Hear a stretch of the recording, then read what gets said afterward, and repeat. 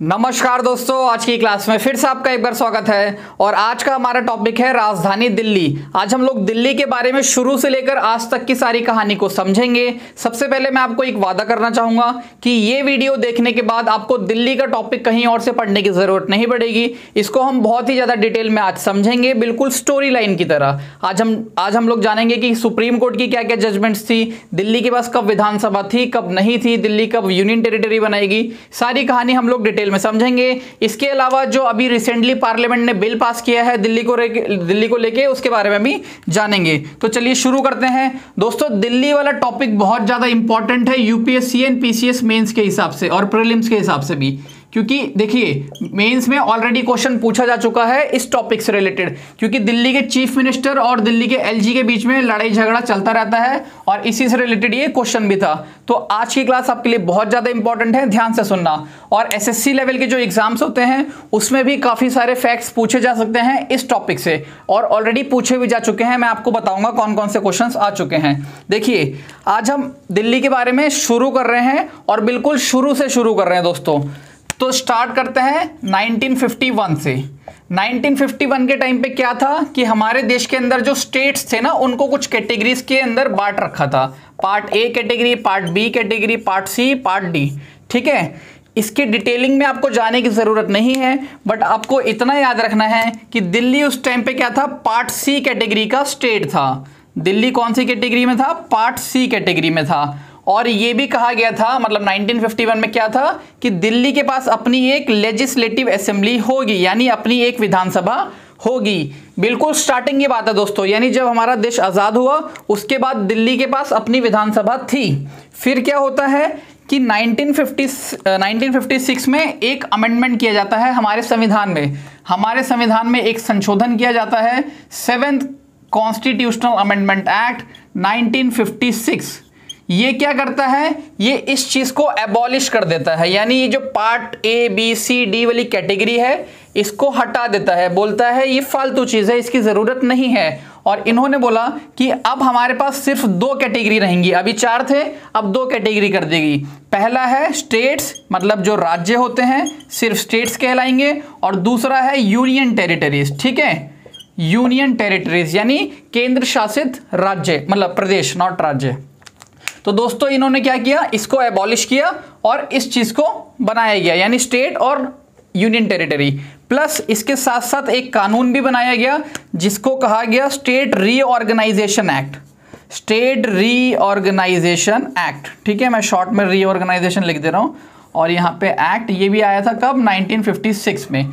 और इस टाइम पे क्या किया गया कि दिल्ली से राज्य का दर्जा छीन लिया गया। यहां पर क्या था शुरू में कि दिल्ली हमारा एक स्टेट था, बट जब ये दोनों कहानी शुरू हुई तो क्या हुआ, दिल्ली को बना दिया गया यूनियन टेरिटरी इस कानून के हिसाब से। ठीक है दोस्तों, इस कानून ने दिल्ली को केंद्र शासित प्रदेश बना दिया।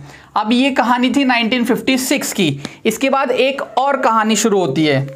वो कहानी क्या थी कि 1963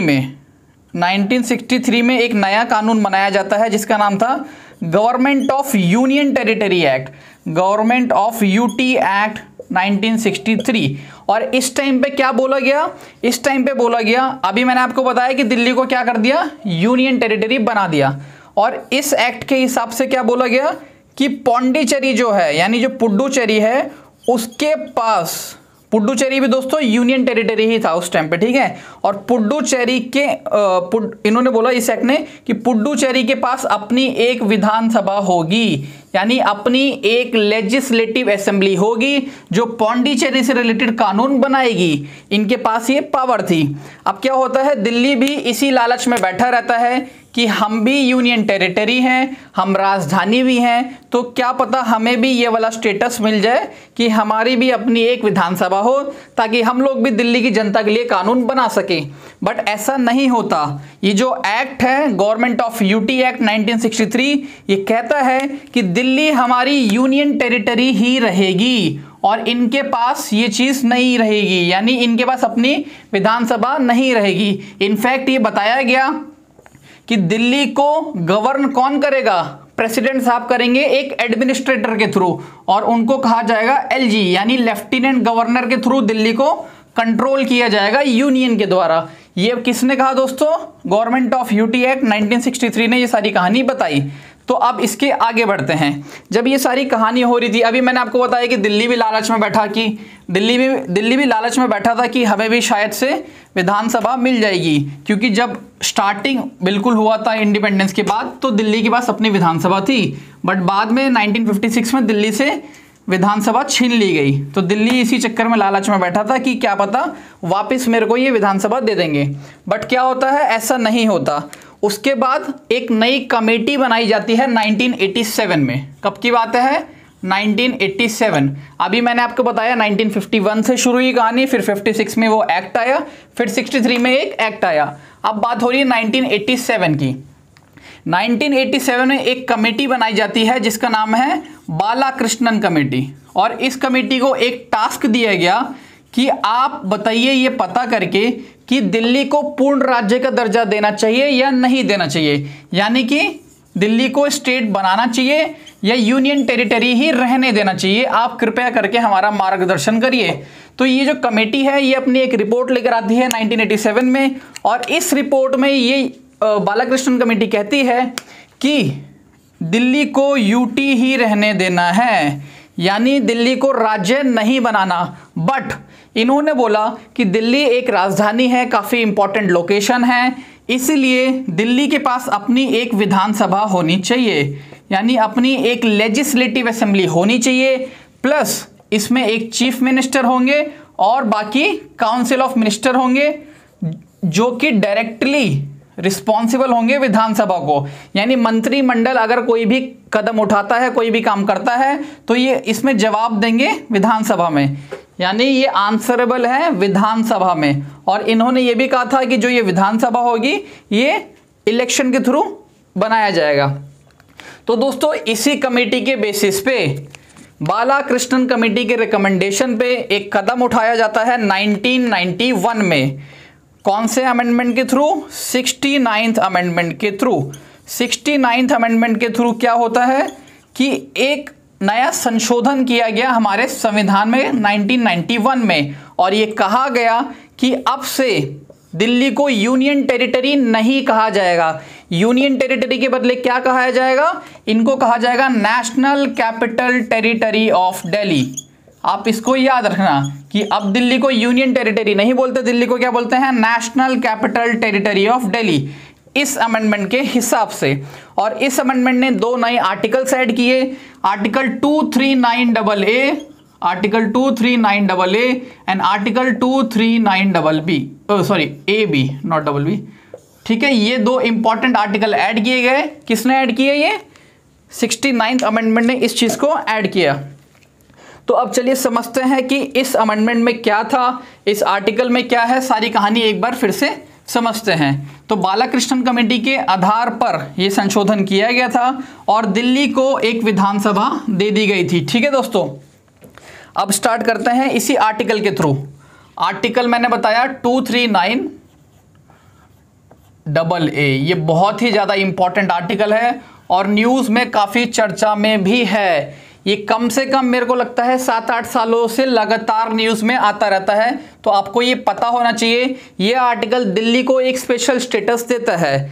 कैसा स्पेशल स्टेटस? कि दिल्ली एक यूनियन टेरिटरी है, उसके बावजूद उसके पास एक विधानसभा रहेगी, ये इसका स्पेशल स्टेटस है। और दूसरा आर्टिकल है दोस्तों 239AB। अभी इसके बारे में भी जानेंगे कि इसमें क्या दे रखा है। ठीक है, तो पहले समझते हैं 239AA। इसमें दे रखा है कि दिल्ली के पास अपनी एक लेजिस्लेटिव असेंबली होगी। क्या होगी? दिल्ली की अपनी एक विधानसभा होगी और उस विधानसभा को डायरेक्टली इलेक्ट किया जाएगा, मतलब डायरेक्टली इलेक्टेड मेंबर्स होंगे उसमें। दिल्ली की जनता डायरेक्ट वोट देगी, इलेक्टेड डायरेक्टली लिख देते हैं वरना कन्फ्यूजन हो जाएगी फिर से, तो मैं डायरेक्टली लिख देता हूँ यहाँ पे, ये इंपॉर्टेंट शब्द है। ठीक है, यानी दिल्ली की जनता डायरेक्ट इलेक्शन के थ्रू विधानसभा के मेंबर्स भेजती है लेजिस्लेटिव असेंबली में। और इसमें एक बात और बताई गई कि इसमें चीफ मिनिस्टर होंगे एंड काउंसिल ऑफ मिनिस्टर्स भी होंगे। ठीक है दोस्तों, अब मैं जो आपको बात बताने जा रहा हूं ये कई बार एग्जाम्स में ऑलरेडी पूछा जा चुका है, और इस चीज को बहुत ध्यान से सुनना, क्योंकि दिल्ली यहां पर एक एक्सेप्शन है। बाकी सारे स्टेट्स में अलग चीज होती है और दिल्ली में अलग चीज है। वो अलग चीज क्या है, चलिए समझते हैं। देखिए दोस्तों, अगर किसी और स्टेट की बात करूं, यूपी, बिहार, झारखंड, केरला या किसी भी राज्य की आप बात करें, तो जो चीफ मिनिस्टर होते हैं उनका अपॉइंटमेंट किया जाता है उस स्टेट के गवर्नर के द्वारा, यानी वहां के राज्यपाल के द्वारा चीफ मिनिस्टर का अपॉइंटमेंट किया जाता है।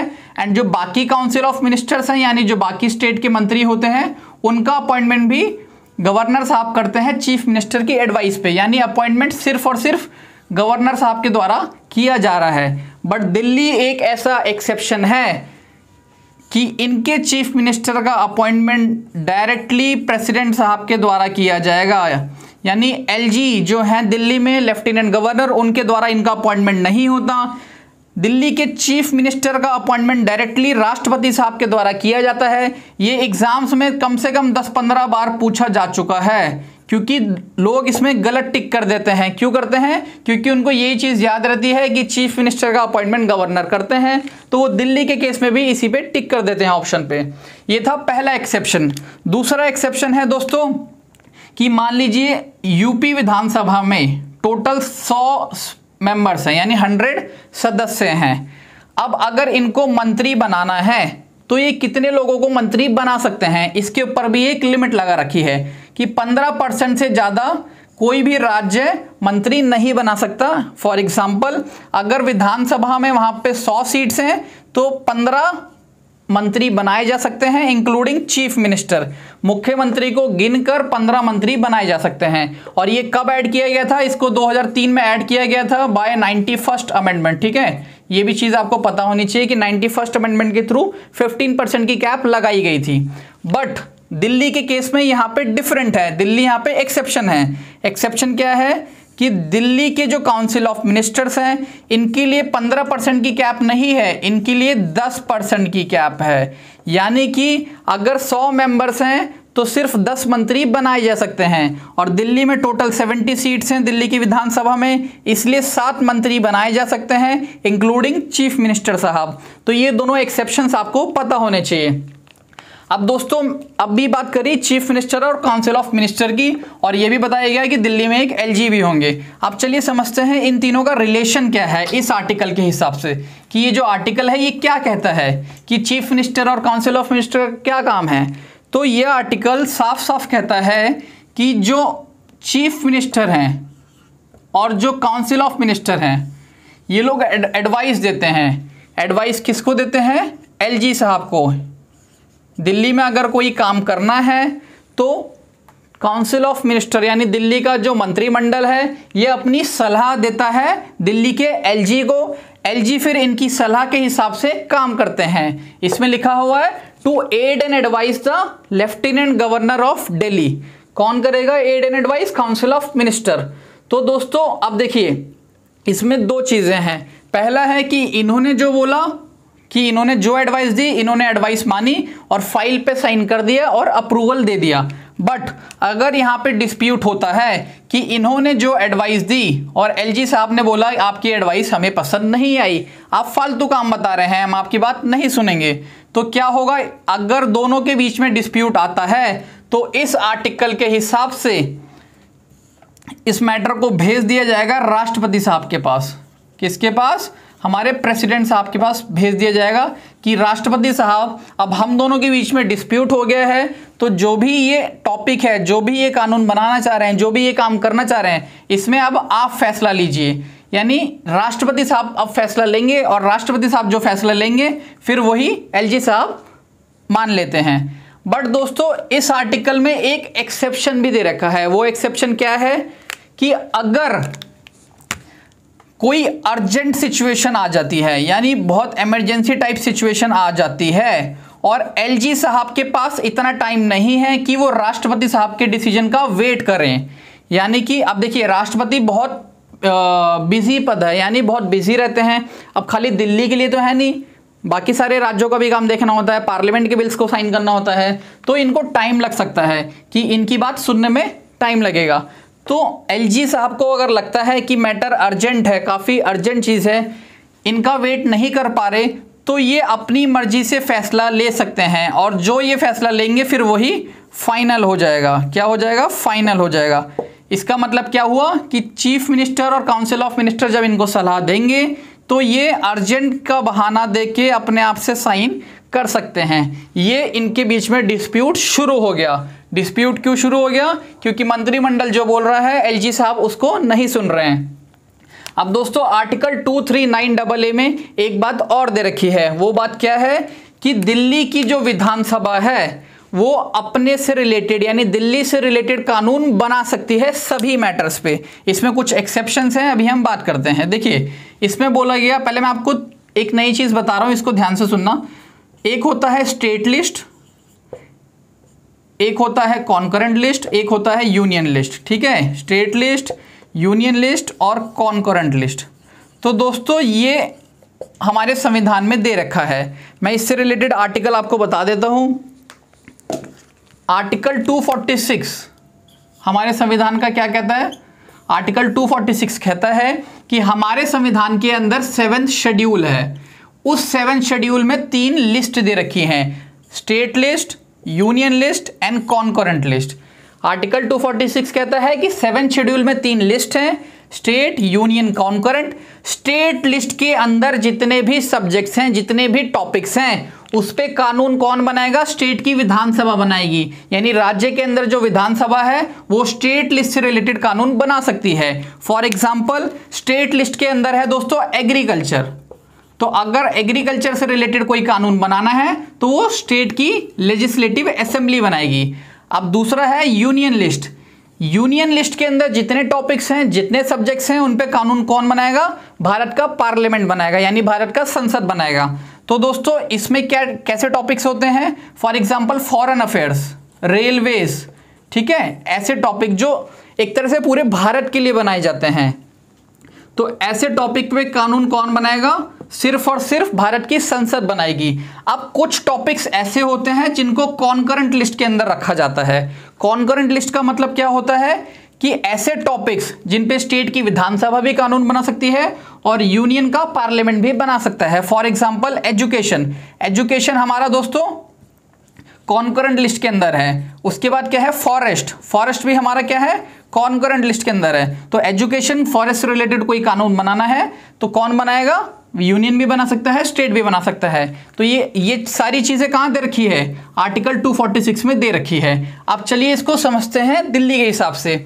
आर्टिकल 239AA कहता है कि दिल्ली सभी मैटर्स पे कानून बना सकती हैं जो भी स्टेट के अंदर दे रखे हैं और कॉन्करेंट के अंदर दे रखे हैं। मैंने अभी आपको बताया कि स्टेट से रिलेटेड तो स्टेट की असेंबली बनाती है, प्लस कॉन्करेंट में भी स्टेट कानून बना सकती है। तो आर्टिकल 239 यही बात कहता है कि दिल्ली के पास भी सेम वही पावर है जो एक राज्य के पास रहती है। यानी दिल्ली की जो विधानसभा है वो भी कानून बना सकती है, बस इसमें 3 एक्सेप्शंस डाल दिए। वो एक्सेप्शन क्या है? Entry number 1, entry number 2, entry number 18। कौन सी एंट्री दोस्तों? स्टेट लिस्ट की एंट्री। जो स्टेट है इसमें entry number 1, entry number 2, entry number 18 पे दिल्ली की विधानसभा कानून नहीं बना सकती। एंट्री नंबर 1 में है पब्लिक ऑर्डर, यानी पब्लिक ऑर्डर से रिलेटेड अगर कोई कानून बनाना है तो दिल्ली विधानसभा नहीं बना सकती। Entry number 2 police. पुलिस से रिलेटेड अगर कोई कानून बनाना है तो दिल्ली सरकार नहीं बना सकती। तीसरा है लैंड, एंट्री नंबर 18। तो ये जो 3 एक्सेप्शंस डाल रखे हैं, पब्लिक ऑर्डर, पुलिस और लैंड, इसके अलावा दिल्ली की विधानसभा दिल्ली की जनता के लिए कानून बना सकती है, बट इन तीनों चीजों पे दिल्ली विधानसभा पे पावर नहीं है। इससे रिलेटेड कानून फिर यूनियन का पार्लियामेंट बनाएगा। ये कौन कहता है? आर्टिकल 239AA कहता है। अब इसके आगे की कहानी समझते हैं। देखिए दोस्तों ये सारी कहानी है आर्टिकल 239AA की। अब मैंने बताया एक आर्टिकल और डाला गया था इसी अमेंडमेंट के थ्रू। कौन से अमेंडमेंट के थ्रू? 69th अमेंडमेंट के थ्रू। और ये आर्टिकल का नाम है 239AB।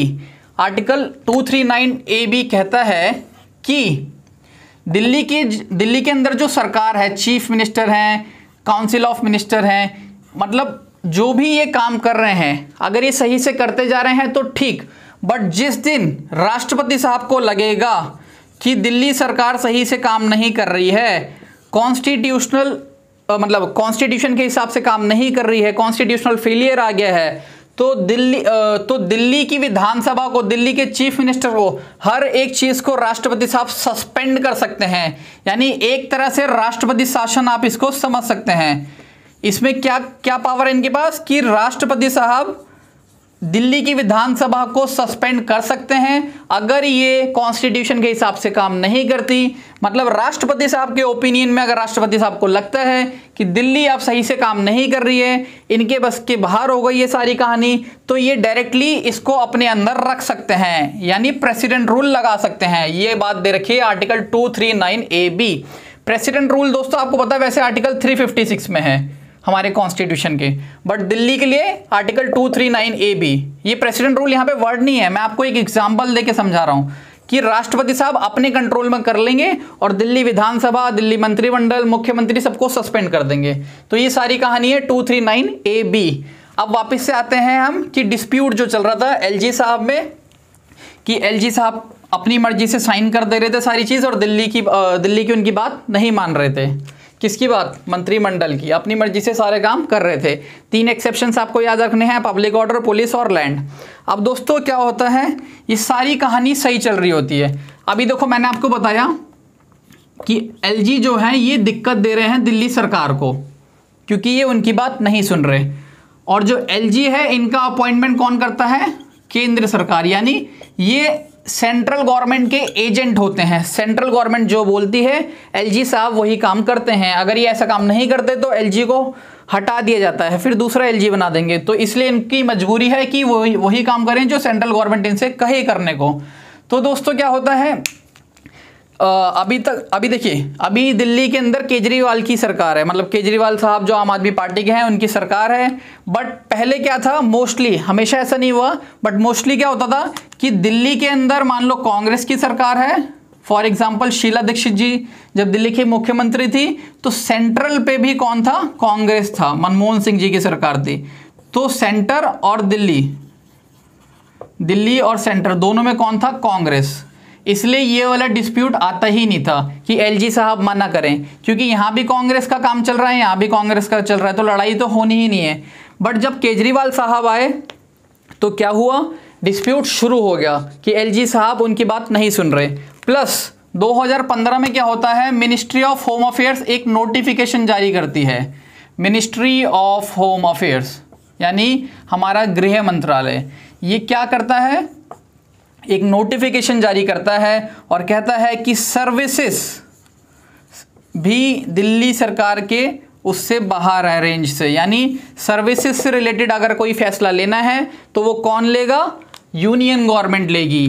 केजरीवाल साहब इसमें कुछ नहीं कर सकते, मतलब दिल्ली सरकार इसमें कुछ भी नहीं कर सकती। सर्विसेज का मतलब है दोस्तों जो ऑफिसर्स दिल्ली में पोस्टेड होते हैं, जितने आईएएस ऑफिसर्स होते हैं, जो सिविल सर्वेंट्स होते हैं, जो दिल्ली के डे टू डे अफेयर्स को हैंडल करते हैं, अब उनको कौन हैंडल करेगा? मिनिस्ट्री ऑफ होम अफेयर्स ने बोला कि यूनियन कंट्रोल करेगा, ये दिल्ली के कंट्रोल में नहीं है। और यही बात को लेके केजरीवाल जी गुस्सा हो जाते हैं और ये फिर high court and supreme court को अप्रोच करते हैं, क्योंकि केजरीवाल साहब बोलते हैं कि आर्टिकल 239AA कहता है कि पब्लिक ऑर्डर,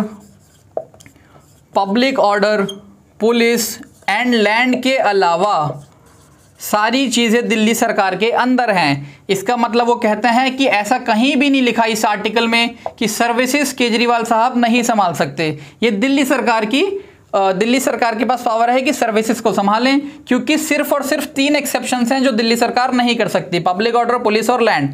तो देखा जाए तो केजरीवाल साहब भी सही बोल रहे थे कि ऐसा कुछ लिखा तो था नहीं। फिर क्या होता है, केजरीवाल साहब अप्रोच करते हैं दिल्ली हाई कोर्ट को। तो दिल्ली हाई कोर्ट क्या कहता है, दिल्ली हाई कोर्ट केजरीवाल साहब की बात को मना कर देता है कि नहीं, जो आप बोल रहे हैं ये गलत है। सर्विसेज काफ़ी इंपॉर्टेंट डिपार्टमेंट है और दिल्ली हमारा एक केंद्र शासित प्रदेश है, हमारी राजधानी है, इसलिए ये जो सर्विसेज का काम है ये किसके पास रहना चाहिए? यूनियन के पास रहना चाहिए। तो दिल्ली हाई कोर्ट ने मिनिस्ट्री ऑफ होम अफेयर्स की इस नोटिफिकेशन को अपहेल्ड कर दिया। उन्होंने बोला कि जो भी ये नोटिफिकेशन लेकर आए हैं ये बिल्कुल सही है। फिर केजरीवाल साहब इसको अप्रोच करते हैं सुप्रीम कोर्ट में। हमारे माननीय उच्च न्यायालय में जाते हैं और इस डिसीजन को चैलेंज कर देते हैं और कहते हैं कि सर्विसेज दिल्ली सरकार के अंदर रहना चाहिए। तो दोस्तों अब हम सुप्रीम कोर्ट की जजमेंट को समझेंगे, तो आप थोड़ा ध्यान देना, ठीक है। सुप्रीम कोर्ट को ये अप्रोच करते हैं तो 2018 में सुप्रीम कोर्ट अपना फैसला सुनाता है और वो फैसला दोस्तों दिल्ली सरकार के पक्ष में जाता है। सुप्रीम कोर्ट कहता है कि सुप्रीम कोर्ट जो है वो फैसला देते हैं कि जो सर्विसेज है वो दिल्ली सरकार के पास रहेगी। अब ऐसा क्यों है, चलिए समझते हैं सुप्रीम कोर्ट ने अपनी जजमेंट में क्या कहा था। सबसे पहले तो सुप्रीम कोर्ट ने बोल दिया कि जो एलजी हैं यानी जो लेफ्टिनेंट गवर्नर हैं वो बाउंड हैं। यानी बाउंड का मतलब क्या हुआ, बाउंड किस चीज से हैं, bye add and advice of council of minister.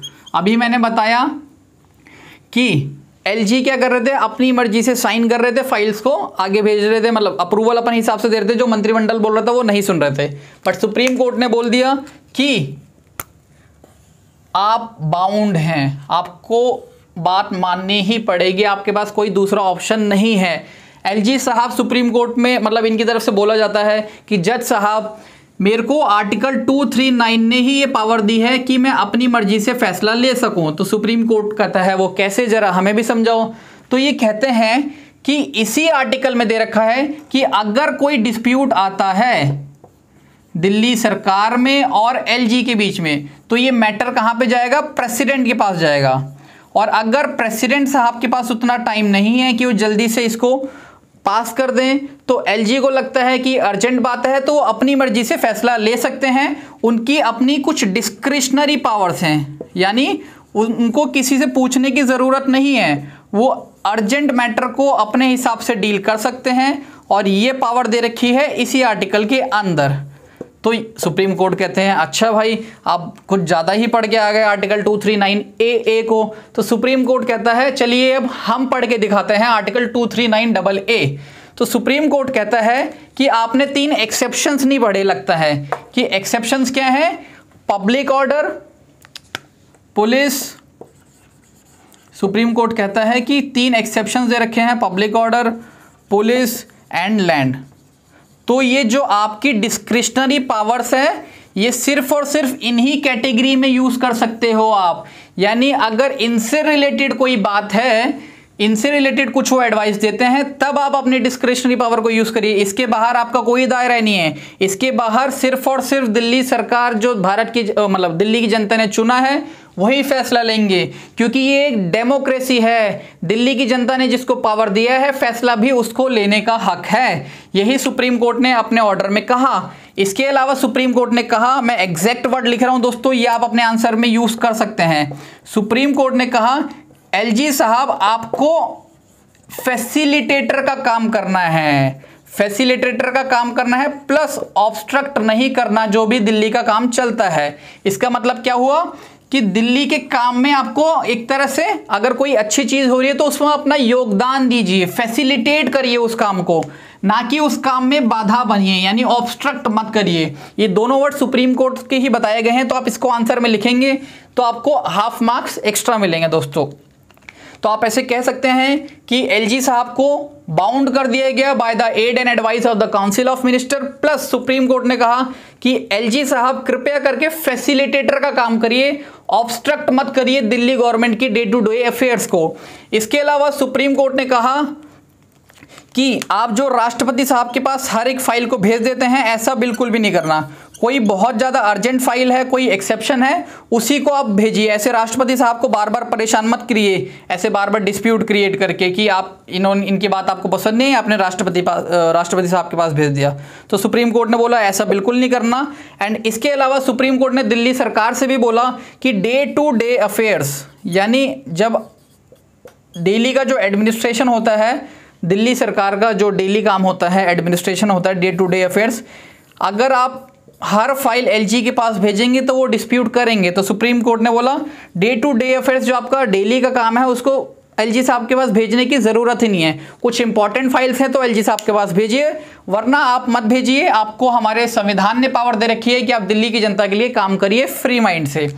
तो सुप्रीम कोर्ट ने क्या बोल दिया, दिल्ली सरकार को पावर दे दी सर्विसेज से रिलेटेड, यानी कि बस बोला कि यही 3 एक्सेप्शंस हैं जिस पर दिल्ली सरकार काम नहीं कर सकती। इसके अलावा ऑफिसर्स को ट्रांसफर करना हो, पोस्टिंग करनी हो, सारी पावर दिल्ली सरकार के पास है आर्टिकल 239AA के हिसाब से। चलिए अब इसके आगे की कहानी समझते हैं। ये जो जजमेंट मैंने आपको बताई ये है 2018 की जजमेंट। अब हम आएंगे 2019 की जजमेंट, क्योंकि ये इशू फिर से रेज किया जाता है सुप्रीम कोर्ट में, तो सुप्रीम कोर्ट फिर से एक फैसला सुनाता है। बट इस टाइम क्या होता है कि 2 जजेस की बेंच थी, 2 जजेस की बेंच थी और ये स्प्लिट वर्डिक्ट आ गया। यानी एक जज ने बोला कि जो यूनियन है उनके पास सर्विसेज की पावर रहनी चाहिए कि ऑफिसर्स को कहाँ अपॉइंट करना है, कहाँ ट्रांसफ़र करना है, और दूसरे जज साहब ने कहा कि ये दिल्ली मतलब उसके स्टेट नहीं, दिल्ली के पास पावर रहनी चाहिए। तो क्या हो गया यहाँ पे, दोनों ने आपस में दोनों के उसमें मतभेद हो गया। एक ने बोला यूनियन को पावर दो, दूसरे ने बोला दिल्ली को पावर दो। तो क्या हुआ, इस केस को ट्रांसफर कर दिया गया 5 जज कॉन्स्टिट्यूशनल बेंच के पास। ठीक है दोस्तों, जब भी 5 कॉन्स्टिट्यूशनल बेंच दोस्तों वो बेंच होती है जिसमें मिनिमम 5 जजेस रिक्वायर्ड होते हैं। ठीक है, कॉन्स्टिट्यूशनल बेंच, क्योंकि ये जो 2 जजेस का फैसला है ये तो यहाँ पे अटक गया, एक ने अलग कहानी बताई, दूसरे ने अलग कहानी बताई, इसलिए इसको ट्रांसफ़र कर दिया गया दूसरे बेंच के पास। अब ये बेंच अपना फैसला सुनाता है 11 मई 2023 को, यानी अभी रिसेंटली इसी साल। तो 2023 में 11 मई को सुप्रीम कोर्ट का फैसला आता है और सुप्रीम कोर्ट फिर से दिल्ली सरकार के पक्ष में फैसला दे देता है। कैसा पक्ष, कि इन्होंने बोला कि सर्विसेज कहाँ पर जाएंगी, दिल्ली के पास जाएंगी, आपके पास कोई अधिकार नहीं है। यूनियन से बोला कि हमारा संविधान आपको ये अधिकार नहीं देता कि आप सर्विसेज का यूज़ करें, ये सारी अथॉरिटी किसकी है, हमारे दिल्ली सरकार की है। और सुप्रीम कोर्ट ने दोस्तों एक बहुत ही प्यारी चीज़ इसमें बताई, और सुप्रीम कोर्ट ने कहा कि एक चीज़ है जिसे कहा जाता है ट्रिपल, यानी 3 ट्रिपल चेन अकाउंटेबिलिटी। अभी मैं आपको इसको समझाता हूँ इसका मतलब क्या है। ये वर्ड आप लिख लेना, अगर आप कुछ बना रहे हैं नोट्स वगैरह, शॉर्ट नोट्स, तो ये लिख लेना। ये सुप्रीम कोर्ट ने बोला है, सुप्रीम कोर्ट ने बोला एक चीज़ होती है जिसे कहा जाता है ट्रिपल चेन अकाउंटेबिलिटी। ठीक है, तो इसमें पहले चेन का जो पहला हिस्सा है वो कौन है, हमारे सर्विसेज डिपार्टमेंट वाले लोग। सर्विसेज मतलब मैं एग्जाम्पल के लिए IAS ऑफिसर्स लिख दे रहा हूँ। ठीक है, जो ऑफिसर लोग होते हैं, तो ये क्या होता है, मतलब जो भी ये काम करते हैं, जो भी डिपार्टमेंट में ऑफिसर्स होते हैं जो ये काम करते हैं, ये आंसर किसको देते हैं कि हमने ये काम किया, हमने ये काम नहीं किया। ये आंसर देते हैं मिनिस्टर्स को अपने। आपको पता है हर एक डिपार्टमेंट में अलग अलग सेक्रेटरी होते हैं, और जो सेक्रेटरी होते हैं वो सारा काम, सारा हिसाब किताब किसको समझाते हैं, उस डिपार्टमेंट के मंत्री को समझाते हैं। यानी जो ऑफिसर्स हैं वो किसको अकाउंटेबल हैं, मिनिस्टर्स को। यहाँ पे मैं काउंसिल ऑफ मिनिस्टर लिख दे रहा हूँ आपकी अंडरस्टैंडिंग के लिए। फिर क्या होता है दोस्तों, अभी मैंने बताया कि जो आर्टिकल 239AA था, आर्टिकल 239AA ये क्या कहता है कि दिल्ली की जो ये काउंसिल ऑफ मिनिस्टर है ये किसको अकाउंटेबल होगी, किसको रिस्पॉन्सिबल होगी, जो दिल्ली की लेजिस्लेटिव असेंबली है। यानी ऑफिसर अपना जो जवाब है वो किसको देंगे, मंत्री को देंगे। यानी अकाउंटेबल किसको है, मिनिस्टर्स को है। मिनिस्टर अकाउंटेबल किसको है, दिल्ली की विधानसभा को है, कि मंत्री जो भी काम करेंगे उसका उनको जवाब देना पड़ेगा दिल्ली की विधानसभा को। एंड इसके बाद जो दिल्ली की विधानसभा है, जो लेजिस्लेटिव काउंसिल है, ये किसको जवाब देगी दोस्तों, ये दिल्ली की जनता को जवाब देगी। तो आप देख रहे हैं यहाँ पे अकाउंटेबिलिटी कैसे बन रही है। पहली अकाउंटेबिलिटी है कि ऑफिसर मंत्री के पास जाके जवाब देंगे, यानी जो ऑफिसर हैं ये अकाउंटेबल है मिनिस्टर्स को। दूसरा है कि मिनिस्टर्स लोग अकाउंटेबल हैं लेजिस्लेटिव असेंबली को। तीसरा है कि जो लेजिस्लेटिव असेंबली है ये दिल्ली की जनता के लिए अकाउंटेबल है, दिल्ली की जनता को मतलब एक तरह से जवाब देगी। जो भी ये काम करेंगे वो दिल्ली की जनता को बताएंगे, सही काम है गलत काम है, जैसा भी है। तो आप देख रहे हैं 3 टाइप की अकाउंटेबिलिटी आ गई, एक ये रही, दूसरी ये रही, तीसरी ये रही, और इसे ही कहा जाता है ट्रिपल चेन अकाउंटेबिलिटी। तो सुप्रीम कोर्ट ने बोला कि अगर आप सर्विसेज को खुद के कंट्रोल में रखोगे, यूनियन से बोला अगर आप सर्विसेज को खुद के कंट्रोल में रखोगे, मतलब जितने आईएएस ऑफिसर्स हैं अगर वो सिर्फ आपकी ही बात सुनेंगे तो वो फिर दिल्ली के मंत्रियों को कुछ जवाब ही नहीं देंगे, इनकी तो वो सुनेंगे ही नहीं। इसका मतलब क्या हुआ कि ये ऑफिसर हैं ये पावरफुल हो जाएंगे इन मिनिस्टर से भी ज़्यादा। क्यों? क्योंकि इनकी बात ही नहीं सुनेंगे। अब वो क्यों नहीं सुनेंगे? क्योंकि अब ये डायरेक्टली किसके लिए अकाउंटेबल है? यूनियन गवर्नमेंट को। ये अपने सारे आंसर देंगे यूनियन को, क्योंकि यूनियन कहता है कि सर्विसेज हमें दे दो।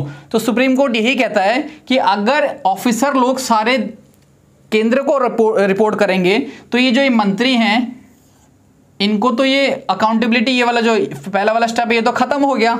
और अगर ऑफिसर इनको सही से जवाब नहीं दे रहे हैं तो ये जो मंत्री लोग हैं ये विधानसभा में कैसे अकाउंटेबल होंगे, कैसे रिस्पॉन्सिबल होंगे? जब ऊपर वाले ही इनकी बात नहीं सुन रहे हैं तो ये आगे अपनी बात कैसे सुनाएंगे? तो सुप्रीम कोर्ट यही कहता है कि अगर आप सर्विसेज ले लोगे तो ये वाला जो पार्ट है ये यहाँ से हट जाएगा और ये काफ़ी गलत चीज़ हो जाएगी। अगर ऐसा हुआ तो पार्लियामेंट्री डेमोक्रेसी का कोई मतलब ही नहीं रह जाएगा, कोई औचित्य ही नहीं रह जाएगा। तो दोस्तों इसके आगे की कहानी समझते हैं। अब सुप्रीम कोर्ट ने अभी बोल दिया है, आप देखिए 11 मई की जजमेंट है जो मैं आपको बता रहा हूँ। 11 मई को सुप्रीम कोर्ट ने साफ साफ बोल दिया कि दिल्ली सरकार के पास पावर है सर्विसेज से रिलेटेड, कौन से ऑफिसर को कहाँ अपॉइंट करना है, कहाँ ट्रांसफर करना है, ये सभी पावर दिल्ली सरकार के पास रहेगी। बट क्या होता है, जैसे ही जजमेंट आती है तो दिल्ली सरकार, मतलब दिल्ली के जो मंत्री हैं वो हेरा फेरी शुरू कर देते हैं। हेरा फेरी इन द सेंस कि इस सेक्रेटरी को यहाँ ट्रांसफर कर दो, इसको यहाँ अपॉइंट कर दो। मतलब जैसे ही जजमेंट आई ये लगा लो अब 2 घंटे के अंदर सारा काम शुरू कर दिया। अभी मैं आपको इस कहानी को दोबारा समझाऊंगा, पहले एक बात और समझते हैं इसमें। देखिए जब ये कहानी हुई 11 मई को तो ठीक उसके 1 हफ्ते बाद 11 मई को हुआ और 19 मई को एक नई कहानी शुरू हो गई। जब दोस्तों 11 मई को सुप्रीम कोर्ट ने ये ऑर्डर दिया था ना, तो सुप्रीम कोर्ट ने एक लाइन और लिखी थी कि पार्लियामेंट अगर चाहे तो सर्विसेज को ट्रांसफर कर सकता है दिल्ली सरकार से यूनियन पे। इसका मतलब क्या हुआ, सिर्फ और सिर्फ केंद्र का जो भारत का जो संसद है उसी के पास ये अधिकार है कि वो आर्टिकल 239AA को अमेंड कर दे और अमेंड करके एक प्रोविजन डाल दे कि सर्विसेज भी एक एक्सेप्शन है। जैसे पुलिस, पब्लिक ऑर्डर, लैंड है, वैसे सर्विसेज भी डाल दें। मतलब क्या हो जाएगा फिर कि सर्विसेज भी दिल्ली सरकार की रेंज से बाहर हो जाएगा। तो सुप्रीम कोर्ट ने कहा कि अगर आपको कुछ करना है तो कृपया करके अमेंड करिए। फिर क्या होता है, 19 मई को सेंट्रल गवर्नमेंट एक ऑर्डिनेंस लेके आती है। ठीक है, मैं दिल्ली ऑर्डिनेंस यहाँ पे बोल रहा हूँ, वैसे इसको एनसीटी वही national capital territory of Delhi ordinance बोला जाता है। मैं यहाँ पे दिल्ली ऑर्डिनेंस लिख रहा हूँ। अब ऑर्डिनेंस शब्द को पहले एक बार समझ लेते हैं, ऑर्डिनेंस क्या होता है। देखिए दोस्तों, हमारे देश में अगर कानून बनाना होता है तो इसका एक प्रोसेस होता है। वो प्रोसेस क्या है कि पहले बिल को पेश किया जाता है लोकसभा एंड राज्यसभा में। अगर कोई भी कानून बनाना है तो पहले आपको प्रस्ताव रखना है, या तो आप लोकसभा से शुरू करिए या राज्यसभा से करिए, बट पास आपको दोनों से करवाना होता है। दोनों हाउस जब उस बिल को पास कर देते हैं तो वो बिल चला जाता है राष्ट्रपति साहब के पास। किसके पास? प्रेसिडेंट साहब के पास। और जब प्रेसिडेंट साहब उस पर अपना साइन कर देते हैं तब जाके वो बिल एक कानून बनता है। ठीक है, ये मैंने बात बताई है कि लोकसभा एंड राज्यसभा से प्रोसेस शुरू होता है। अब जो हमारा ये पार्लियामेंट है, ये पार्लियामेंट के ही पार्ट है दोस्तों। लोकसभा भी, राज्यसभा भी और प्रेसिडेंट साहब भी पार्लियामेंट के पार्ट होते हैं under article 79 of the constitution. तो पार्लियामेंट दोस्तों साल में 365 दिन होते हैं, डेली तो बैठता नहीं है पार्लियामेंट। साल में 3 बार आता है, monsoon session, budget session, winter session, और कुछ कुछ टाइम के लिए रहते हैं, कई बार 15 दिन, कई बार 20 दिन, कई बार महीना भर। तो हमेशा ये अपनी ड्यूटी पे नहीं रहते। इसका मतलब क्या हुआ कि आधे से ज़्यादा टाइम पार्लियामेंट छुट्टी पे रहता है। अगर पार्लियामेंट छुट्टी पे है तब तो कोई कानून बना ही नहीं सकता, क्योंकि कानून बनाने का प्रोसेस क्या है, लोकसभा, राज्यसभा, फिर प्रेसिडेंट साहब साइन करेंगे तब कानून बनेगा। बट मान लीजिए कोई इमरजेंसी सिचुएशन आ जाती है, और जब इमरजेंसी सिचुएशन आ जाती है और उस टाइम पे अगर हमें किसी कानून की ज़रूरत है, जब हमारा पार्लियामेंट छुट्टी पे है, तो फिर क्या होगा। इसी के लिए दोस्तों राष्ट्रपति साहब को एक पावर दे रखी है under article 123 of the Indian constitution. इसे कहा जाता है ऑर्डिनेंस मेकिंग पावर ऑफ राष्ट्रपति साहब। इसमें क्या है कि ये आर्टिकल कहता है कि जब हमारा पार्लियामेंट छुट्टी पे है, चाहे लोकसभा चाहे राज्यसभा चाहे दोनों हाउस, मतलब अगर एक हाउस भी नहीं रहता तो भी कानून नहीं बना सकते। इसलिए इस आर्टिकल में दे रखा है कि कोई एक हाउस या दोनों हाउस जब छुट्टी पे होंगे और अगर इमरजेंसी सिचुएशन आ जाती है तो राष्ट्रपति साहब के पास एक पावर है कि वो डायरेक्टली कानून बना सकते हैं। ये सारी कहानी करने की ज़रूरत नहीं है। ऑर्डिनेंस का मतलब दोस्तों सीधा सीधा यही होता है, एक कानून बना दिया गया एग्जीक्यूटिव के द्वारा। एग्जीक्यूटिव मतलब क्या हुआ, यूनियन गवर्नमेंट के द्वारा। तो ये जो पावर इनके पास आई है ये लिमिटेड टाइम के लिए रहती है। ये पावर सिर्फ और सिर्फ इमरजेंसी सिचुएशन को डील करने के लिए रहती है। ये शब्द इंपॉर्टेंट है, इमरजेंसी, इसको आप याद रखना, ठीक है। अभी मैं क्योंकि इस पर वापस आऊँगा। तो क्या होता है कि जब ऑर्डिनेंस लाते हैं इमरजेंसी टाइम पे, तो जैसे ही इसके बाद पार्लियामेंट का सेशन आता है, जो भी नेक्स्ट सेशन पार्लियामेंट का बैठता है, चाहे विंटर सेशन हो, चाहे बजट हो, चाहे हमारा मॉनसून वाला सेशन हो, तो जैसे ही पार्लियामेंट की सीटिंग शुरू होती है, प्रोसीडिंग शुरू होती है, तो इस ऑर्डिनेंस को प्रस्तुत किया जाता है पार्लियामेंट के अंदर। अगर पार्लियामेंट इस ऑर्डिनेंस को पास कर देता है तब तो ये ऑर्डिनेंस एज अ कानून कंटिन्यू रहता है, क्योंकि ये कानून था, पार्लियामेंट ने भी अप्रूवल दे दिया, तो अब ये इनडेफिनिट टाइम के लिए चलता रहेगा। बट अगर पार्लियामेंट ने इस चीज़ को रिजेक्ट कर दिया तो ये जो कानून बनाया गया था राष्ट्रपति साहब के द्वारा ऑर्डिनेंस पावर के तहत, इसको नल एंड वाइड डिक्लेयर कर देंगे, इसको वहीं पे रद्द कर देंगे। तो अल्टीमेटली सिर्फ इमरजेंसी से डील करने के लिए आपको लिमिटेड टाइम के लिए ये पावर दे रखी है कि आप ऑर्डिनेंस लाके कानून बना सकते हैं, फिर पार्लियामेंट से पास करवा सकते हैं। तो क्या हुआ, 19 मई को सुप्रीम कोर्ट की जजमेंट आई 11 तारीख को, और 19 तारीख को केंद्र सरकार एक ऑर्डिनेंस लेकर आ जाती है जिसे कहा जाता है दिल्ली ऑर्डिनेंस, यानी एनसीटी ऑफ दिल्ली ऑर्डिनेंस, ठीक है। तो क्या होता है कि ऑर्डिनेंस लेकर आते हैं, और इस ऑर्डिनेंस में क्या प्रोविजन है पहले उसको भी हम समझ लेते हैं। ऑर्डिनेंस जैसे ही आया दोस्तों, इस ऑर्डिनेंस ने क्या किया, सर्विसेज को हटा दिया, किसकी कैटेगरी से, दिल्ली सरकार की कैटेगरी से। यानी दिल्ली की जो विधानसभा है अब उसके पास ये पावर नहीं है कि वो सर्विसेज से रिलेटेड कोई कानून बना सके, एंड दिल्ली सरकार के पास भी ये पावर नहीं है कि वो किसी ऑफिसर को ट्रांसफर कर सकें, पोस्टिंग दे सकें। दोस्तों जो सुप्रीम कोर्ट की जजमेंट आई थी ना, सुप्रीम कोर्ट ने एक बात बोला था, वो बात क्या बोला था कि लेजिस्लेटिव पावर और एग्जीक्यूटिव पावर को एक्सटेंसिव हैं दिल्ली सरकार की।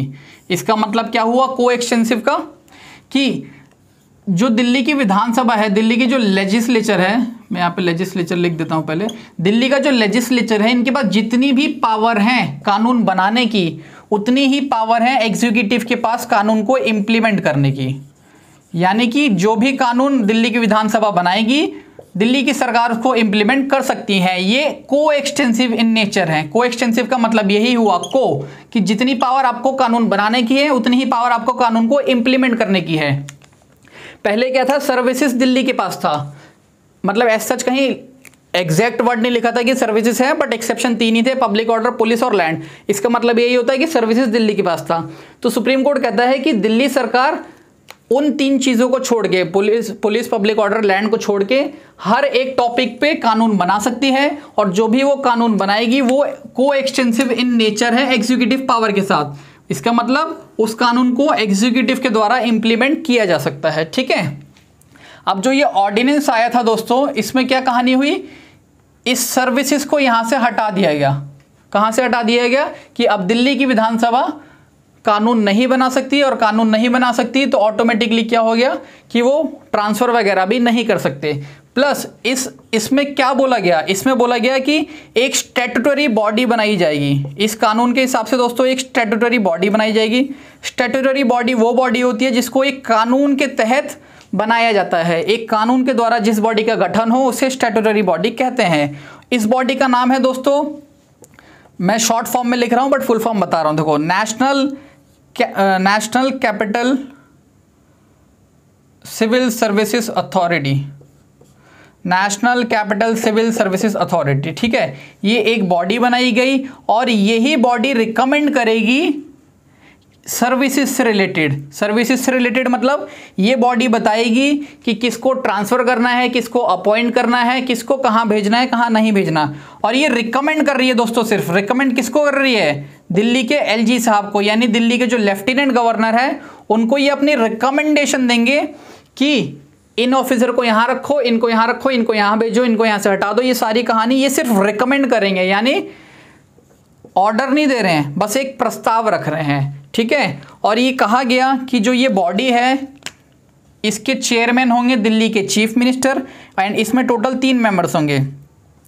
3 मेंबर्स कौन से होंगे, पहले हैं दिल्ली के चीफ मिनिस्टर सीएम साहब, और यही इसके चेयरमैन भी होंगे इस बॉडी के, ठीक है।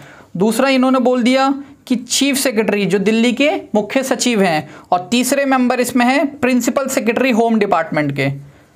इसमें टोटल 3 मेंबर हैं, सीएम साहब, चीफ सेक्रेटरी और प्रिंसिपल सेक्रेटरी होम डिपार्टमेंट के। और ये ऑर्डिनेंस कहता है कि यही तीनों रिकमेंड करेंगे एलजी साहब को, और फिर एलजी साहब उस हिसाब से फैसला लेंगे। एंड इसमें यह भी कह रखा है कि जो डिसीजन लिया जाएगा वो मेजॉरिटी के हिसाब से लिया जाएगा, यानी 2 लोग मिलके किसी तीसरे के फैसले को बदल सकते हैं। मान लीजिए नीचे वाले 2 जो हैं चीफ सेक्रेटरी और प्रिंसिपल सेक्रेटरी, इन्होंने एक फैसला लिया, फिर चीफ मिनिस्टर कुछ भी बोलते रहे, कोई मतलब ही नहीं। और आपको पता है कि चीफ सेक्रेटरी और प्रिंसिपल होम सेक्रेटरी कौन अपॉइंट करता है, यूनियन गवर्नमेंट अपॉइंट करता है, केंद्र सरकार अपॉइंट करेगा। और फिर ये लोग केंद्र सरकार के ही चमचे हो जाएंगे, एक तरह से उनके एजेंट हो जाएंगे, और फिर केंद्र जो बोलेगा वही ये लोग करेंगे। चीफ मिनिस्टर को सिर्फ नाम के लिए यहाँ पे चेयरमैन बना रखा है, इनकी कोई यहाँ पे सुनता नहीं है। इनके पास वीटो पावर दे रखी है। वीटो पावर किसके पास है, सभी के पास है, कि कोई मेजॉरिटी से डिसीजन ले सकता है। तो ये दोनों तो ऑलमोस्ट हमेशा साथ रहेंगे क्योंकि सेंटर के एजेंट हैं। ये अपनी वीटो पावर का इस्तेमाल करेंगे दोनों, और कहेंगे कि ये फैसला ले लिया गया है, फिर चीफ मिनिस्टर कुछ भी बोलते रहें। इसके अलावा दोस्तों एक चीज़ और है, इसमें एक वर्ड होता है कोरम।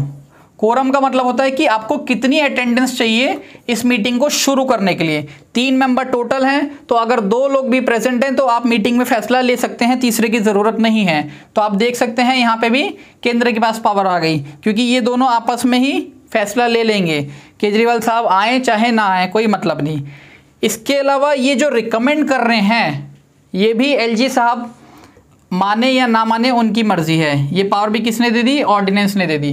तो आप देख रहे हैं टोटल सारी की सारी पावर किसके पास है, लेफ्टिनेंट गवर्नर के पास है, और दिल्ली की जो विधानसभा है उसके पास अब ये वाली पावर छीन ली गई है इस ऑर्डिनेंस के थ्रू। एंड दोस्तों ये जो ऑर्डिनेंस है, अभी मैंने बताया ऑर्डिनेंस लाते हैं हम इमरजेंसी सिचुएशन में, यानी कोई आपातकालीन अगर स्थिति आ जाती है तब लाया जाता है। तो ये बिल अभी रिसेंटली लोकसभा राज्यसभा दोनों से पास हो गया, ठीक है। तो अपोजिशन के जो मेंबर्स हैं, जितनी पॉलिटिकल पार्टीज हैं अपोजिशन की, वो सेंट्रल गवर्नमेंट से पूछती हैं यही क्वेश्चन कि ऐसी कौन सी इमरजेंसी आ गई थी कि आपको ऑर्डिनेंस लाना पड़ गया इस चीज से रिलेटेड, सर्विसेज से रिलेटेड। ऐसी क्या आपातकालीन स्थिति पैदा हो गई थी कि आप पार्लियामेंट का खुलने का वेट ही नहीं किए। पार्लियामेंट का सेशन आने ही वाला था 1 महीने बाद, बट आपने वेट नहीं किया 1 महीने भी, और तुरंत इसको इमरजेंसी सिचुएशन बता के ऑर्डिनेंस जारी कर दिया। तो दोस्तों मैंने स्पीच सुनी, हमारे जो होम मिनिस्टर हैं अमित शाह जी, उनकी स्पीच सुनी। उन्होंने बोला कि जैसे ही सुप्रीम कोर्ट की जजमेंट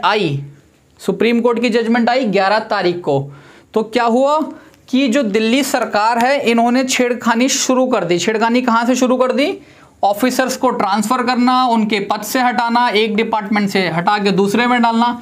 ये इन्होंने आते ही 2-4 घंटे में सारी कहानी शुरू कर दी। देखिए 11 मई को जजमेंट आई और सेम डे ही सारी कहानी भगदड़ शुरू कर दी कि हाँ भाई अब यही लोग सारे मतलब एक तरह से शहंशाह बन गए हैं, सारी पावर इनके पास आ गई है, तो ये जो मर्जी वो करें। तो मैं आपको एक बात बताता हूँ, अमित शाह जी ने बोला कि ये लोग रात के 3 बजे जाकर फाइल्स के साथ हेरा फेरी करते हैं जैसे ही इनको पावर मिलती है सर्विसेज से रिलेटेड। अमित शाह जी कहते हैं कि अगर आपको सर्विसेज मिली है तो आप पहले हेल्थ के ऊपर ध्यान दीजिए, ठीक है। दिल्ली के लोगों को पानी सही से मिल रहा है उसका देखिए, दिल्ली के लोगों को इलेक्ट्रिसिटी मिल रही है उसका देखिए। मतलब जो बेसिक चीज़ें होती हैं जो आम जनता की भलाई के लिए होती हैं, अगर आपको सर्विसेज की पावर मिली है तो पहले इन डिपार्टमेंट के सेक्रेटरी को चेंज करिए, ट्रांसफर करिए, यानी लोगों का पहले भला करिए ना। बट इन्होंने क्या किया, आम आदमी पार्टी ने क्या किया दोस्तों, इन्होंने विजिलेंस सेक्रेटरी पे अटैक किया सीधा। सबसे पहले जो विजिलेंस यानी जो करप्शन से रिलेटेड बात है ना, उस सेक्रेटरी को ये चेंज करना चाह रहे थे एंड उन्हीं को ये ऑर्डर दे रहे कि फाइल लेकर आओ, ये करो वो करो। और विजिलेंस ऑफिस में जाके रात को 3 बजे फाइल्स के साथ हेरा फेरी करने लगे। तो और आपको पता है आम आदमी पार्टी के इस टाइम पे 2 मिनिस्टर्स अरेस्ट हो रखे हैं, मनीष सिसोदिया, सत्येंद्र जैन। उन्हीं से रिलेटेड फाइल विजिलेंस डिपार्टमेंट में रखी हुई थी और उसी डिपार्टमेंट पे दोस्तों ये लोग जाके रात के 3 बजे हेरा फेरी करने लग गए। ऐसा अमित शाह जी ने पार्लियामेंट में बोला है, आप स्पीच सुन सकते हैं। तो ये यही कहते हैं कि अगर आपको पावर मिली है तो इनको संभालिए ना, आप कहाँ इसके पीछे भागने लग गए। अपने मंत्रियों को बचाने की आपने कहानी शुरू कर दी, फाइल्स को डिस्ट्रॉय करना, सबूत मिटाना, ये सारे काम। तो दोस्तों इसलिए इसको इमरजेंसी सिचुएशन बताया गया। अमित शाह जी ने बोला ये इमरजेंसी ही थी कि दिल्ली सरकार बौखला गई पावर मिलते ही।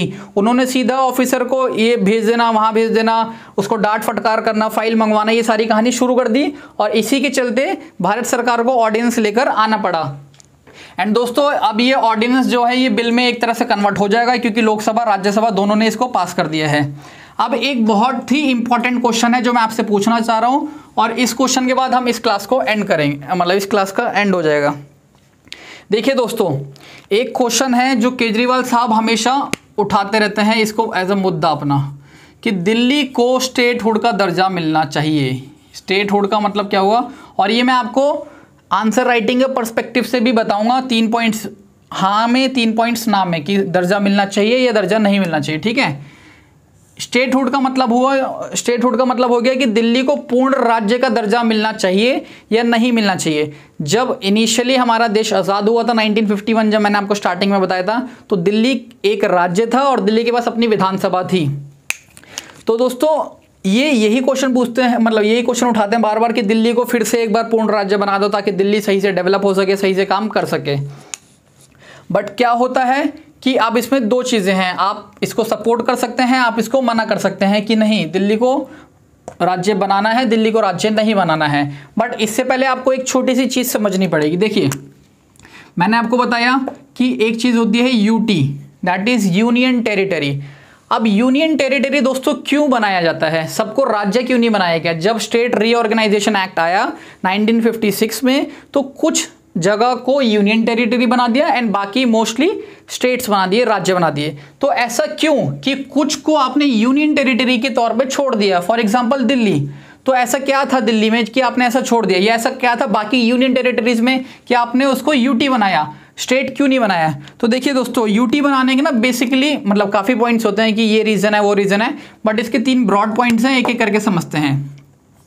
पहला पॉइंट है स्ट्रेटेजिकली इंपॉर्टेंट लोकेशन हो सकती है उस जगह की जिसको यूटी बनाया है। स्ट्रेटेजिकली इंपॉर्टेंट का मतलब क्या हो गया? For example Andaman Nicobar island. ठीक है, आपको पता है अंडमान निकोबार आइलैंड पूरा एक समुद्री इलाका है और वहां पे इंडियन नेवी अपने जहाज वगैरह को रख के हमारे भारत देश को सिक्योरिटी प्रोवाइड करती है, सुरक्षा करती है। इसलिए इसको यूटी बनाया गया ताकि नेवी अपना काम सही से कर सके। अगर अंडमान को राज्य का दर्जा दे दिया जाएगा, फिर वहां पे कोई दूसरे पॉलिटिकल पार्टी की सरकार बन जाएगी तो डिस्प्यूट शुरू हो जाएगा फिर से।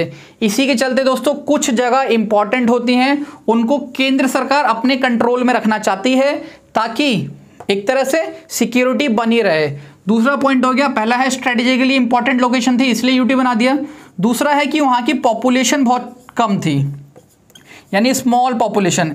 फॉर एग्जाम्पल दिल्ली, चंडीगढ़, अभी तो ज़्यादा हो गई, बट जब बनाया गया था ना उस टाइम इतनी पॉपुलेशन नहीं थी कि इनको प्रॉपर एक राज्य बना के इनकी विधानसभा बनाओ, फालतू में एडमिनिस्ट्रेटिव वर्क बढ़ाओ, इस चक्कर में इनको यूटी बना दिया जाता है। तीसरा है दोस्तों, कुछ यूटीज़ का अपना यूनिक कल्चर होता है। ठीक है, और यूनिक कल्चर फॉर एग्जाम्पल आपको पता है कहीं कहीं पे ट्राइब्स रहते हैं, है ना। तो अगर उन यूनियन टेरिटरीज़ को, फॉर एग्जाम्पल कोई एक यूटी है जिसके अंदर अपनी ट्राइब्स है, जिनका अपना एक यूनिक कल्चर है, अपनी एक संस्कृति है, उनको अगर वेस्ट बंगाल के साथ मर्ज कर दिया जाए और बोल दिया जाए कि अब ये प्रॉपर एक स्टेट है दोनों को मिला के, ठीक है, तो कुछ साल तो ठीक चलेगा, 10 साल, 15 साल, 20 साल। बट क्या होगा उसके बाद, जो ट्राइब्स हैं वो अपना कल्चर एक तरह से खोने लगेंगे, उनकी जो संस्कृति है वो एक तरह से जाने लगेगी।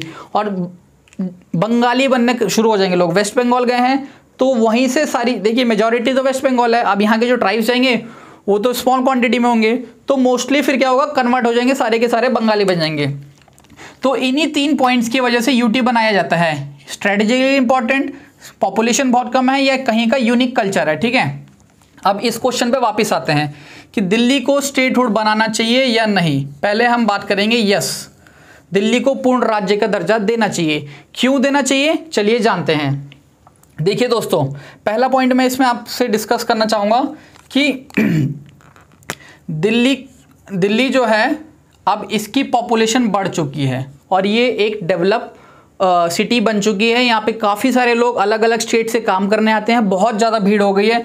2 करोड़ से ज़्यादा दिल्ली की पॉपुलेशन है दोस्तों। तो अब ये वाला क्राइटेरिया तो हट गया। इसी के चलते लोग आर्ग्यूमेंट इसके फेवर में यही है कि दिल्ली को अब, क्योंकि पॉपुलेशन बढ़ गई है, अब हमें प्रॉपर विधानसभा चाहिए जो दिल्ली के लिए काम कर सके, इसलिए दिल्ली को स्टेटहुड का दर्जा मिलना चाहिए। ये है पॉइंट नंबर 1 कि पॉपुलेशन इंक्रीज हो गई है, ठीक है। Point number 2 that is will of the voters. Will of the voters का मतलब क्या है कि दिल्ली की जनता दिल्ली की विधानसभा को वोट देती है, उसके बावजूद जो दिल्ली की विधानसभा है वो सही से काम नहीं कर पाती। आपको पता है लड़ाई चलती रहती है सेंटर स्टेट में, एलजी साहब नहीं मानते, या कई बार फिर सुप्रीम कोर्ट फैसला सुनाता है उसको पलट दिया जाता है, और ऑर्डिनेंस लाके, ऐसी सारी कहानी चलती रहती हैं। तो जो दिल्ली के लोग हैं, ये जो वोट दे रहे हैं, इनका तो कोई महत्व रह ही नहीं गया। तो यहाँ पे डेमोक्रेसी को एक तरह से बचाने के लिए आपको क्या करना चाहिए, स्टेटहुड का दर्जा दे देना चाहिए ताकि दिल्ली की विधानसभा अच्छे से काम कर सके। और तीसरा है जो केजरीवाल साहब बार बार बोलते रहते हैं कि दिल्ली के पास जो ये पब्लिक ऑर्डर और ये सारी चीज़ें हैं, अगर ये सारी रहती तो दिल्ली अच्छे से काम कर पाता, और ये तभी होगा जब हमारे पास सारी पावर आ जाएंगी, अगर हम पूर्ण राज्य बन जाएंगे। तो ये कहते हैं बेसिकली कन्फ्लिक्ट हटाने के लिए, यानी जो आपस में मतभेद हैं इसको अगर हमें हटाना है तो ये तभी हट सकता है जब दिल्ली को पूर्ण राज्य बना दिया जाएगा। पहला पॉइंट पॉपुलेशन बढ़ गई, दूसरा डेमोक्रेसी मतलब विल ऑफ द वोटर्स, तीसरा है कन्फ्लिक्ट को अगर आपको हटाना है कि आपस में मतभेद ना हो, लड़ाई झगड़ा ना हो, तो कृपया करके दिल्ली को पूर्ण राज्य का दर्जा दे दीजिए। अब दोस्तों ये पॉइंट था यस के फेवर में, हाँ हमें दर्जा देना चाहिए। अब मैं आपको जो मेन पॉइंट बताने जा रहा हूँ वो है नो के, क्योंकि मैं भी दोस्तों यही चाहता हूँ कि दिल्ली को पूर्ण राज्य का दर्जा नहीं देना चाहिए। वो क्यों नहीं देना चाहिए, चलिए समझते हैं। दिल्ली को पूर्ण राज्य का दर्जा इसलिए नहीं देना चाहिए, एक तो ये हमारी राजधानी है, पहले हम एक एक करके ही समझते हैं। चलो पॉइंट नंबर 1 दोस्तों, दिल्ली के अंदर काफ़ी सारे फेडरल स्ट्रक्चर हैं, federal institutions, not structures, institutions आप कह लीजिए। इसका मतलब क्या हुआ, पार्लियामेंट, जो हमारे भारत का पार्लियामेंट है, दिल्ली का पार्लियामेंट नहीं है, ये पूरे भारत का पार्लियामेंट है, पूरे भारत के लिए कानून बनाया जाता है। ये बहुत इंपॉर्टेंट बिल्डिंग है। ये कहाँ पर है, ये दिल्ली के अंदर है दोस्तों। उसके बाद हमारा राष्ट्रपति भवन, ये कहाँ पर है, ये भी दिल्ली के अंदर है। आप देख रहे हैं कितनी इंपॉर्टेंट चीज़ें दिल्ली के अंदर हैं। उसके बाद दिल्ली के अंदर और क्या है, अब एक और इम्पॉर्टेंट चीज़ दोस्तों, हमारी एम्बेसी, यानी जो फॉरेन डिप्लोमेट्स यहाँ रहते हैं। चाणक्यपुरी दिल्ली में एक ऐसी जगह है जहाँ पे मोस्टली सारी एम्बेसीज ही हैं। तो यहाँ पे इम्पॉर्टेंट क्वेश्चन ये उठ जाता है कि इनकी सुरक्षा कौन करेगा। अगर आप दिल्ली को पूर्ण राज्य का दर्जा दे दोगे तब तो भाई वो लोग अपना हाथ उठा के माफ़ी मांग लेंगे बाद में। मान लीजिए कहीं पर एम्बेसी पे अटैक हो जाता है, किसी फॉरेन डिप्लोमेट्स के साथ कुछ बुरा हो जाता है, कोई मारपीट हो जाती है, कोई झगड़ा हो जाता है, तो इंटरनेशनल लेवल पे जवाब कौन देगा, जवाब तो हमारी भारत सरकार को देना पड़ेगा, इंडियन गवर्नमेंट को देना पड़ेगा। तो इसलिए अगर दिल्ली में यूनियन गवर्नमेंट की पावर रहेगी तो ये इसको कंट्रोल कर लेंगे, और अगर कुछ गड़बड़ भी हुई तो ये अपने हिसाब से जवाब दे देंगे। बट अगर दिल्ली को पूर्ण राज्य बना दिया तो जो दिल्ली सरकार है वो तो यहाँ से हाथ उठा लेगी कि भाई हमारा इसमें कुछ लेना देना नहीं है। तो आप देख सकते हैं सिक्योरिटी पॉइंट ऑफ व्यू से दिल्ली कितनी इंपॉर्टेंट है। सिक्योरिटी, ठीक है, ये पहला पॉइंट है सिक्योरिटी, और ये जो फेडरल स्ट्रक्चर है कंबाइन करके एक पॉइंट। दूसरा पॉइंट है कि दिल्ली को दर्जा क्यों नहीं देना चाहिए पूर्ण राज्य का।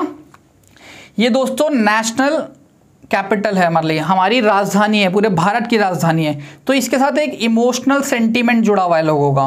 इमोशनल सेंटीमेंट का मतलब कि इसको आप प्रॉपर एक राज्य मत बनाओ, ये यूनियन का रहने दो। यूनियन का रहेगा तो मतलब पूरे भारत का रहेगा, पूरे भारत के लोग यहाँ पे आ जा सकेंगे आराम से। कल को मान लो आपने राज्य का दर्जा दे दिया और फिर जो दिल्ली की सरकार है कुछ फालतू में ऊट पटांग चीज़ें करने लग जाएगी, नहीं इस स्टेट के नहीं आ सकते, यहाँ से आओगे ज़्यादा फाइन लगेगा, यहाँ आओगे ज़्यादा फीस लगेगी, ये सब। तो इसलिए एक इमोशनल सेंटीमेंट है कि दिल्ली पूरे भारत की है, सिर्फ दिल्ली सरकार की नहीं है। ये पॉइंट आपको याद रखना है। एक इमोशनल सेंटीमेंट है कि ये राजधानी है तो इसलिए इसको स्टेट का दर्जा नहीं देना चाहिए। ये हमारी कैपिटल है, नेशनल कैपिटल, इसलिए इसको प्लीज़ कन्वर्ट ना करें स्टेट में। ये था दूसरा पॉइंट।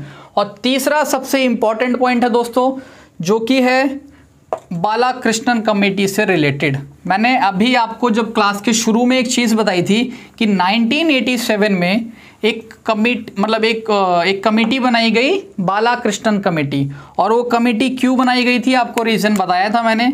इनको इसलिए बनाया गया था ताकि ये चेक कर सकें कि दिल्ली को पूर्ण राज्य का दर्जा देना चाहिए या नहीं देना चाहिए।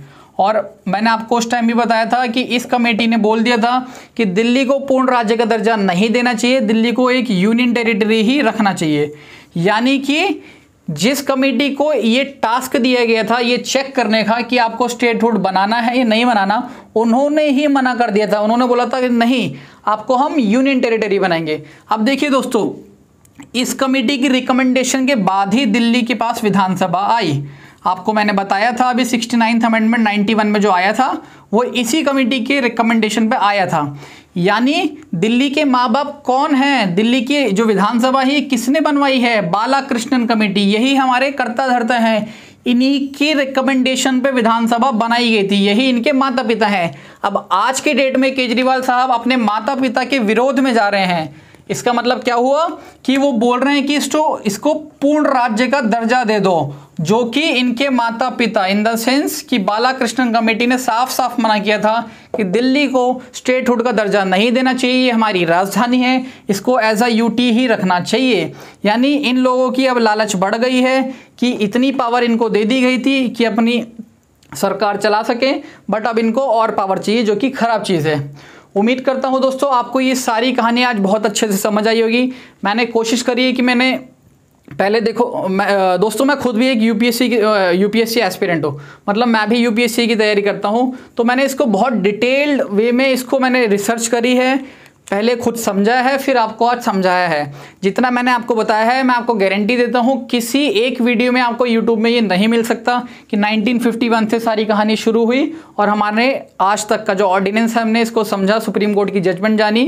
तो ये सारी चीज़ें आपको एक वीडियो में नहीं मिलेगी। मैं जानता हूँ ये वीडियो थोड़ी सी आपके लिए लंबी हो गई होगी, बट अब आपको इसके बाद कहीं से दिल्ली पढ़ने की ज़रूरत नहीं पड़ेगी। सारी चीज़ें हमने क्लास में कवर कर ली हैं। अगर आप लोगों को वीडियो समझ आई है तो इस वीडियो को ज़रूर शेयर करें, एंड अगर आपका कोई फीडबैक है, कोई डाउट अभी भी रह गया है तो कमेंट सेक्शन में ज़रूर पूछें। बहुत बहुत धन्यवाद।